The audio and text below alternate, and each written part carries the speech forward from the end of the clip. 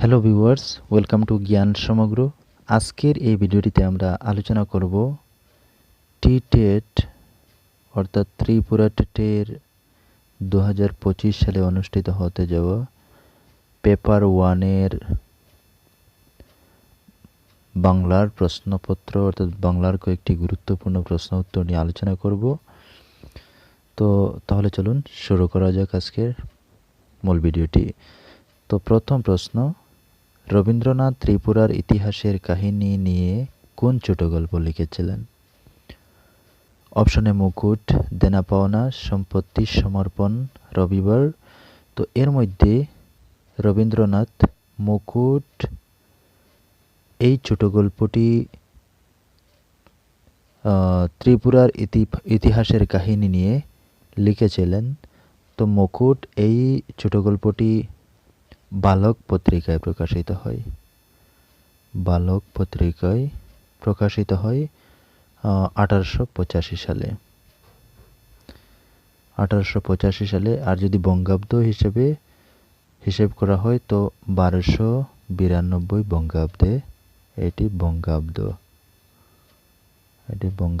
আর 1885 সালে এই মুকুট নাটকটি প্রকাশিত হয়। যখন তিনি এই মুকুট নাটকটি লিখেছিলেন তখন রবীন্দ্রনাথ ঠাকুরের বয়স মাত্র 24 বৎসর ছিল। পরের প্রশ্ন, জিঙ্গে ফুল কাব্যগ্রন্থটি রচনা করেছিলেন কে? তো জিঙ্গে ফুল কাব্যগ্রন্থটি রচনা করেছিলেন কাজী নজরুল ইসলাম। এখানে অপশনে সুকান্ত ভট্টাচার্য, রবীন্দ্রনাথ ঠাকুর, অতুল প্রসাদ সেন, কাজী নজরুল ইসলাম। তো রাইট আনসার কাজী নজরুল ইসলাম। তো জিঙ্গে ফুল এই যে কাব্যগ্রন্থ এটিতে মোট 13টি কবিতা রয়েছে জিঙ্গে ফুল কাব্যগ্রন্থটিতে। পরের প্রশ্ন, বিদ্যে বুঝাই বাবু মেশাই চড়ি সুখের বটে, মাঝিরে কন বলতে পারি সূর্যি কেন ওঠে। এই পংক্তি দুটির রচয়িতা হলেন কে? লীলা মজুমদার, সুকুমার রায়, কুমুদরঞ্জন মল্লিক, কালিদাস রায়। তো রাইট আনসার হবে সুকুমার রায়। তো এই যে বিদ্যে বুঝাই বাবু মশাই চড়ি সুখের বটে, মাঝিরে কন বলতে পারি সূর্যি কেন ওঠে, এই পংক্তিটি সুকুমার রায়ের লেখা।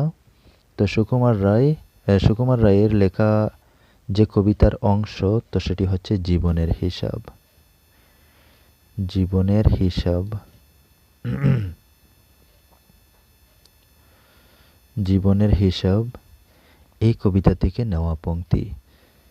কবি সুকান্ত ভট্টাচার্য কোন সালে প্রয়াত হন? তো মারা যান কত সালে? 1947 সালে। 1947 সালের 13 মে তারিখে মারা যান। তখন ওনার বয়স মাত্র 20 বৎসর ছিল। অতি কম বয়সে তিনি মারা যান। তারপরে প্রশ্ন, কবিশেখর হিসেবে কোন কবি পরিচিত রয়েছেন? কবিশেখর অপশনে রবীন্দ্রনাথ ঠাকুর, দ্বিজেন্দ্রলাল রায়, কালিদাস রায়, সত্যেন্দ্রনাথ দত্ত। তো রাইট আনসার কালিদাস রায়। কালিদাস রায়কে কবিশেখর হিসেবে জানা যায়। কবিশেখরের জন্ম 1889 সালে। কবিশেখর যে কালিদাস রায়ের জন্ম হচ্ছে 1889 সালে এবং মারা যান 1975 সালে। তো কাজী নজরুল ইসলাম কোন পত্রিকার সাথে যুক্ত ছিলেন না? যেহেতু এখানে কোন পত্রিকার সাথে তিনি যুক্ত ছিলেন না বলেছে, তো এখানে অপশনে কি দিক ও দর্শন, ধূমকেতু, মুসলিম ভারত, নবযুগ। ধূমকেতু, মুসলিম ভারত, নবযুগ এগুলির সাথে তিনি যুক্ত ছিলেন। তো একমাত্র দিগদর্শন এই পত্রিকার সাথে তিনি কোনোভাবে যুক্ত ছিলেন না। বাংলাদেশের দেশি মানুষ, বিদ্যাসাগর, বীরসিংহের সিংহ শিশু, বীর্যেশ গম্ভীর পংক্তি দুটির রচয়িতা হলেন কে? এখানে অপশনে অন্নদাশঙ্কর রায়, যতীন্দ্রমোহন বাগচি, কাজী নজরুল ইসলাম, সত্যেন্দ্রনাথ দত্ত। তো এখানে শুদ্ধ হবে সত্যেন্দ্রনাথ দত্ত।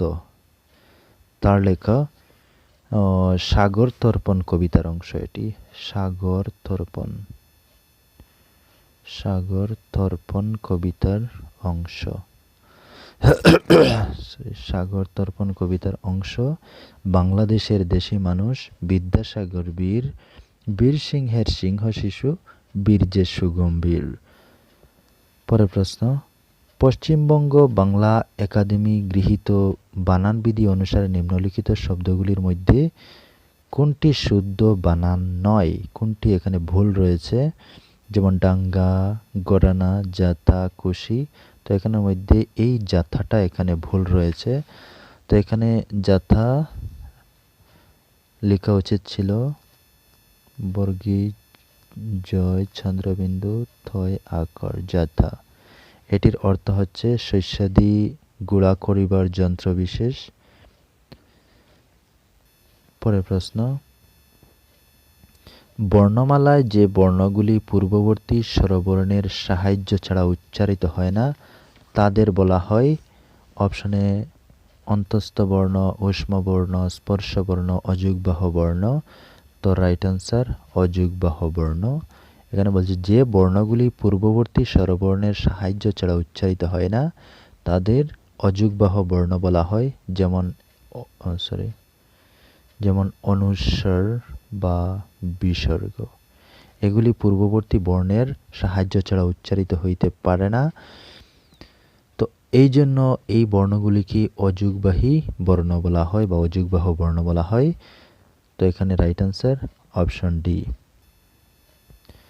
উচ্চারণ স্থান অনুযায়ী দ ও দন্তীয় ন বর্ণকে বলা হয় তালব্য বর্ণ, মূর্ধন্য বর্ণ, দন্তবর্ণ, কণ্ঠ তালব্য বর্ণ। তার রাইট আনসার দন্তবর্ণ।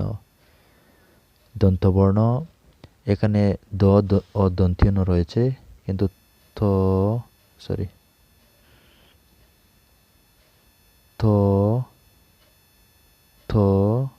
দ দ দন্ত ন, তাছাড়া ল, দন্ত স, এগুলি সবটি হচ্ছে দন্তবর্ণ। দন্তবর্ণ কেন? কারণ এগুলি উচ্চারণের সময় আমাদের জিহ্বা কি হয়, দাঁত স্পর্শ করে। তো এই জন্য এই বর্ণগুলিকে বলা হয় দন্তবর্ণ। ইন্দ্রিয়কে জয় করেছেন যিনি, বাক্য সংকুচন করলে কি হবে?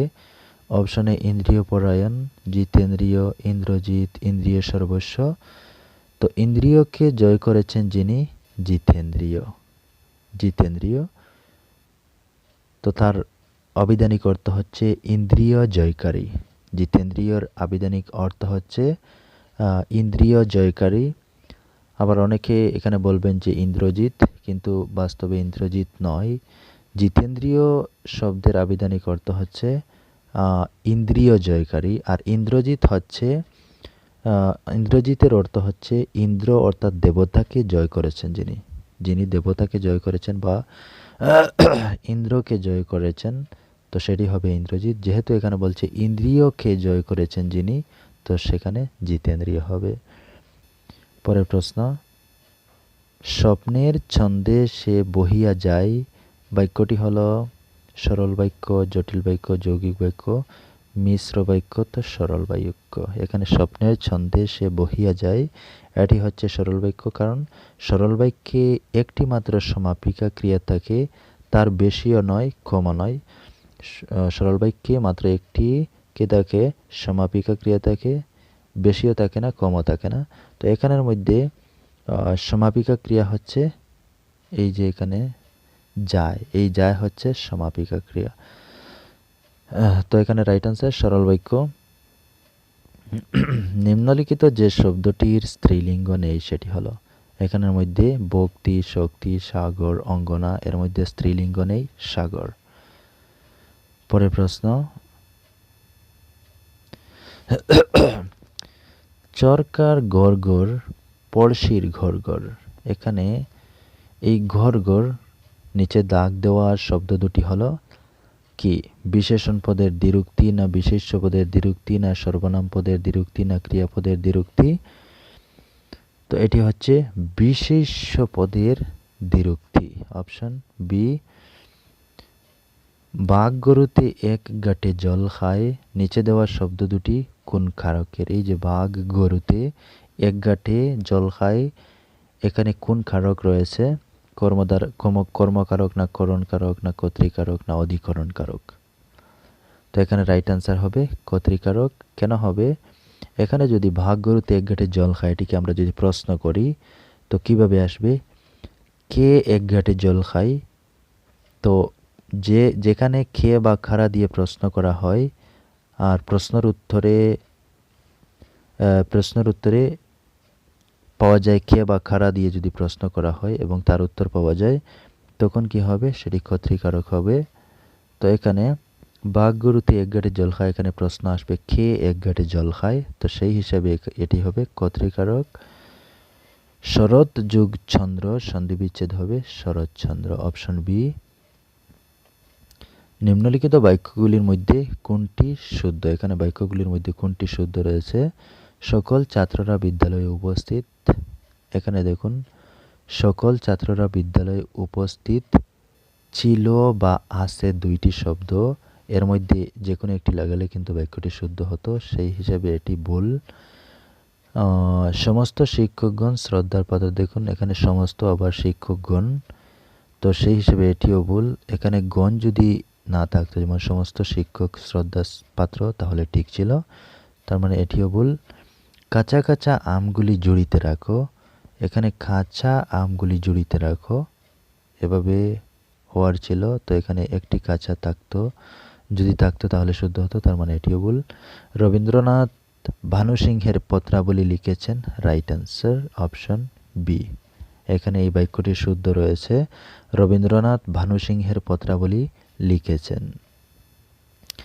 তো পরে প্রশ্ন, নিম্নলিখিত কোন বর্ণটি মহাপ্রাণ বর্ণ নয়?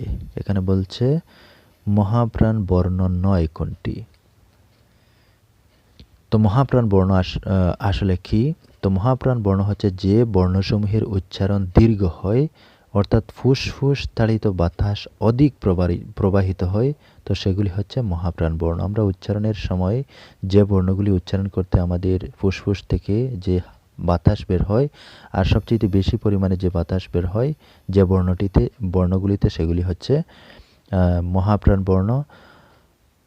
তো প্রত্যেকটি বর্গের, যেমন ক বর্গ, চ বর্গ, ত বর্গ, প বর্গ, এবার যে কয়েকটি বর্গ রয়েছে, প্রত্যেকটি বর্গের দ্বিতীয় এবং চতুর্থ বর্ণ হচ্ছে মহাপ্রাণ বর্ণ। তো এখানের মধ্যে দেখুন চ, স এটি দ্বিতীয় বর্ণ, প, ফ এটিও দ্বিতীয় বর্ণ, ট, ঠ, ড, ঢ এটিও চতুর্থ বর্ণ, শুধুমাত্র দ এটি প্রথম বর্ণ, তার মানে এখানে মহাপ্রাণ বর্ণ নয় বলছে, তার মানে দ। অপশন সি এখানে রাইট আনসার। আশা করি বুঝতে পেরেছেন যে প্রত্যেকটি বর্গের দ্বিতীয় অথবা চতুর্থ বর্ণ হচ্ছে মহাপ্রাণ বর্ণ। তো এখানে চ, স এটি দ্বিতীয় বর্ণ, প, ফ এটিও দ্বিতীয় বর্ণ, ট, ঠ, ড, ঢ এটি চতুর্থ বর্ণ, তো দ এটি প্রথম বর্ণ বর্গের। তো এখানে রাইট আনসার অপশন সি। এখানে মহাপ্রাণ বর্ণ নয়, দ। শহীদ শরণার্থ দিবস এটি কোন সমাস? দ্বন্দ্ব সমাস না তৎপুরুষ সমাস না কর্মধারয় সমাস না দ্বিগু সমাস? কোন সমাস হবে? তো এটি রাইট আনসার হবে কর্মধারয় সমাস। বিলয় শব্দের বিপরীত অর্থ হলো কি?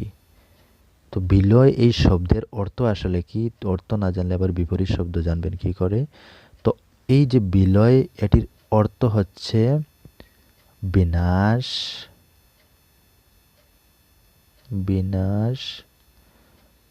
বা ধ্বংস,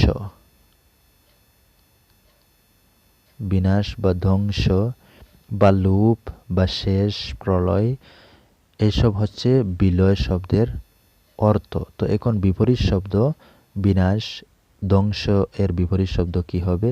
সৃষ্টি হবে। Option D. একজন আদর্শ শিক্ষকের প্রধান দায়িত্ব শিক্ষার্থীদের কি হবে? ভালোভাবে পড়ানো, রাইট, পরীক্ষামূলকভাবে দেখানো এবং বোঝানো, উৎসাহিত করা। এখানে তিনটি অপশনই শুদ্ধ, তার মানে উপরের সবগুলি। তারপর রয়েছে লেখন কৌশল উন্নত হতে পারে কি করলে? নিয়মিত লেখার অভ্যাসের কারণে, গল্প লেখার মাধ্যমে, প্রবন্ধ লেখার মাধ্যমে, উপরের সবগুলি। তো এখানে উপরের তিনটি শুদ্ধ, তার মানে উপরের সবগুলি।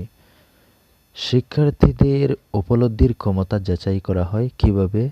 শিক্ষণের মাধ্যমে, না পরীক্ষণের মাধ্যমে, না বোধ পরীক্ষণের মাধ্যমে, না মূল্যায়নের মাধ্যমে? তো শিক্ষার্থীদের উপলব্ধি ক্ষমতা যাচাই করা হয় বোধ পরীক্ষণের মাধ্যমে। অপশন সি এখানে শুদ্ধ। মাতৃভাষার মাধ্যমে শিক্ষাদানের উদ্দেশ্য কি? উদ্দেশ্য হলো অন্য ভাষার তুলনায় নিজের ভাষাকে শ্রেষ্ঠ বলে বোঝানো, কখনোই না। অন্য ভাষায় পারদর্শী না হওয়ার উৎসাহ দেওয়া, অবশ্যই না। বিষয়ের গভীরে শিক্ষার্থীদের প্রবেশের অবাধ সুযোগ করে দেওয়া, রাইট। মাতৃভাষার মাধ্যমে শিক্ষাদানের মূল উদ্দেশ্য হচ্ছে বিষয়ের গভীরে শিক্ষার্থীদের প্রবেশের অবাধ সুযোগ করে দেওয়া। পরে প্রশ্ন, শিক্ষার্থীর বোধ শক্তির বিকাশ ঘটানো সম্ভব হবে না যদি সে ক্রমাগত অনুশীলন না করে, ক্রমাগত পরীক্ষা না দেয়, ক্রমাগত গৃহশিক্ষক নির্ভর না হয়ে পড়ে, বিষয়ের প্রতি অধিকতর মনোযোগী হয়। তো এখানে প্রশ্নতে কি রয়েছে? শিক্ষার্থীদের বোধশক্তির বিকাশ ঘটানো সম্ভব হবে না যদি সে ক্রমাগত অনুশীলন না করে। অপশন এ এখানে শুদ্ধ হবে। তো আশা করি বুঝতে পেরেছেন। এখানে বাংলার কয়েকটি খুব গুরুত্বপূর্ণ প্রশ্ন উত্তর নিয়ে আলোচনা করেছি, যেগুলি 2016 সালের ত্রিপুরা টেটে অলরেডি এসেছে। তো সেই প্রশ্নগুলি এখানে আলোচনা করেছি প্রশ্নপত্র থেকে। তো যদি ভিডিওটি ভালো লাগে অবশ্যই লাইক শেয়ার করবেন, আর পরবর্তী ভিডিও পাওয়ার জন্য অবশ্যই চ্যানেলটি সাবস্ক্রাইব করে পাশে থাকবেন, যাতে ত্রিপুরা রিলেটেড ভিডিও আপনি খুব সহজে পেয়ে যান। আশা করি বুঝতে পেরেছেন। ধন্যবাদ।